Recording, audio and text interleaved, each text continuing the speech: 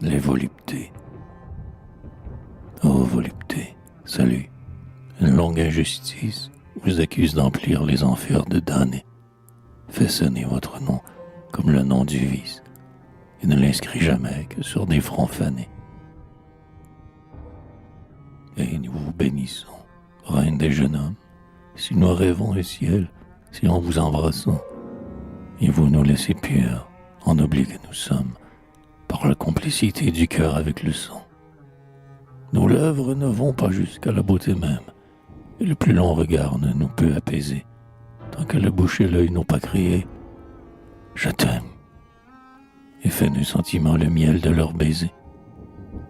Stupide libertin, l'homme qui fait sa proie d'un amour ingénu qu'il se rit d'offenser. Les beaux corps sont pour lui des pourvoyeurs de joie, sans que jamais sentir le convie à penser.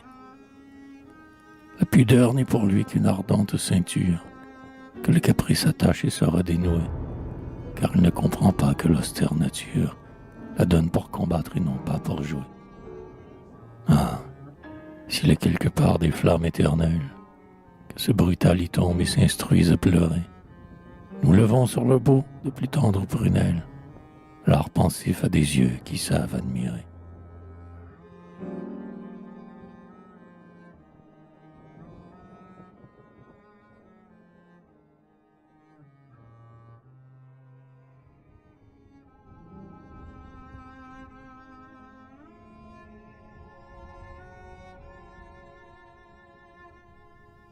Mais l'admiration n'est pas l'amour encore. L'homme tend vers le beau ses bras pour le saisir. L'homme veut quelque prise à tout ce qu'il adore, et son avidement suit partout son désir. Posséder la beauté, c'est, dans une caresse, offerte, mais rendue avec un trouble égal. Par la fête des sens exprimer la tendresse, par l'exquise tendresse honorer l'idéal. Quand nous traînons, aux jours d'angoisse juvénile, nos grandes soifs d'aimer, qui nous parlent en loi, sur le pavé cynique et sans pitié des villes, le cœur si misérable et si riche à la fois. Nous nous rappelons tous une amante première, les doigts timidement aussi entremêlés. Nous rêvions avec elle en foulant la bruyère, sans pouvoir dire un mot, le sang, les yeux troublés. La bonté s'exhalait de la terre embaumée. Tout semblait chaste, heureux, béni sur le chemin, comme si la vertu, par notre bien-aimé, pour nous conduire à Dieu, nous avait pris la main. Alors nous vous pleurons, ô petite amante, qui teniez sous vos cils le désir à genoux. L'océan soulevé des ivresses brûlantes nous désaltère moins qu'une larme de vous. Si nous mêlons encore au plaisir la pensée, c'est que nous évoquons nos vœux d'adolescents. Offrir à l'âme aux lèvres condensées, voilà l'œuvre entière, rêve des cœurs puissants. On dit que Raphaël, aimant la fornarine, assez pour désirer des nuits sans lendemain, laissa le souffle pur de sa jeune poitrine fuir sous la pression de plaisirs surhumains.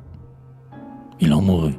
Eh bien, à vous que l'ennui ronge, vous dont l'or vigilant travaille la santé, de quoi le plaignez-vous? Il meurt au bras d'un songe, vous mourrez sur l'écueil d'une réalité. Oui, Raphaël usa sa fébrile énergie, mais jamais sur ce front par un ange habité. Les reflets infernaux de la stérile orgie n'ont jeté leur rougeur ni leur lividité. Dans sa bouche, en suivant la correcte figure, on avait savouré les contours gracieux, quand il avait flatté la brune chevelure et balancé son cœur dans l'infini des yeux, quand il avait d'amour et peut-être d'envie sur une œuvre de Dieu fait battre son côté, surpris dans l'idéal un peu de l'autre vie et donné de la sienne au corps de la beauté.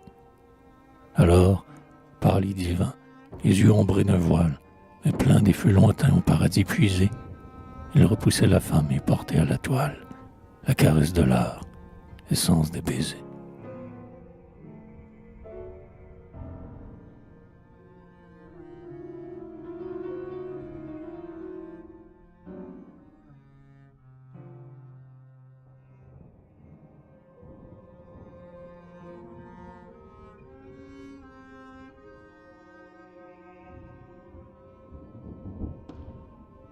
Hélas, découvrons-nous un seul plaisir au monde, dont l'œil ne sorte pâle et le front abattu. Laissons l'amour vénal et la débauche immonde. Regardons la justice et l'art et la vertu. L'homme ne peut goûter ni le vrai ni le juste. Il ne peut pas s'unir à toute la beauté. La pensée, l'idéal, l'esprit le plus robuste s'épuise et qui le sang périt de volupté.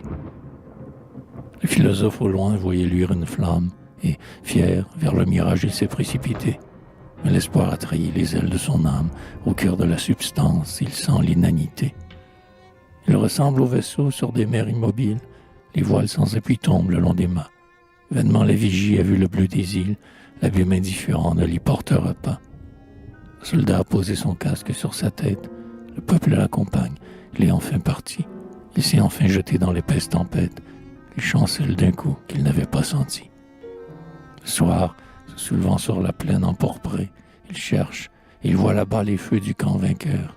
Il ne peut soutenir sa blessure altérée et tombe avec la mort et la patrie au cœur. Le poète tout bas récite son poème. Il en a bien souffert, s'il en a bien joui. Il connaît trop le prix des pauvres vers qu'il aime. Au socle de sa harpe, il reste évanoui. Mais la mer pardonne aux fruits qui la déchirent.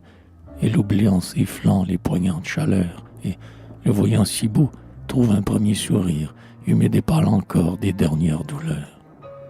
Celui quand d'autres cieux les mélodies entraînent, quand sous un archet sûr qui flatte en pénétrant, il fait contre son sein vivre, en un cœur de frêne, ce soupir étouffé, ce chant grêle et souffrant.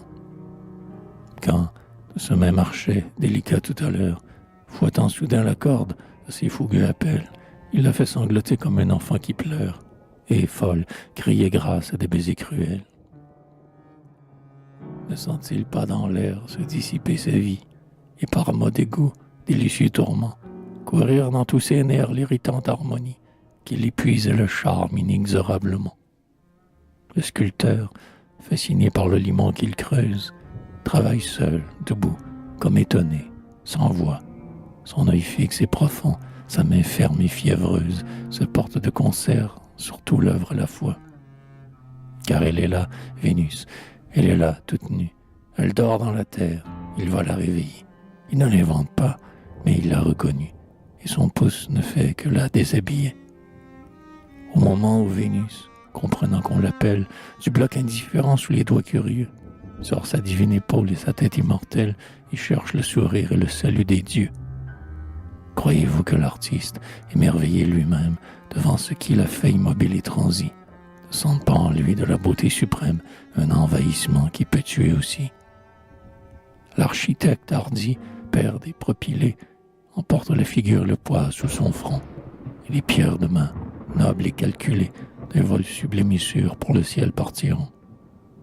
L'enceinte monte, enfin sur les hautes colonnes, tranquille et patient, il assoit le fronton.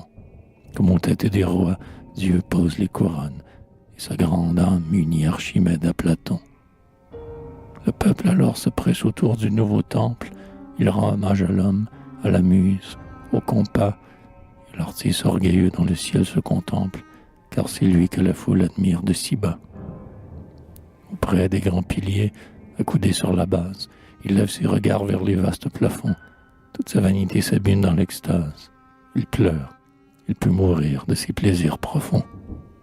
Oui, l'homme qui, serrant sa pensée avec force, la jette chaude encore dans un monde du beau.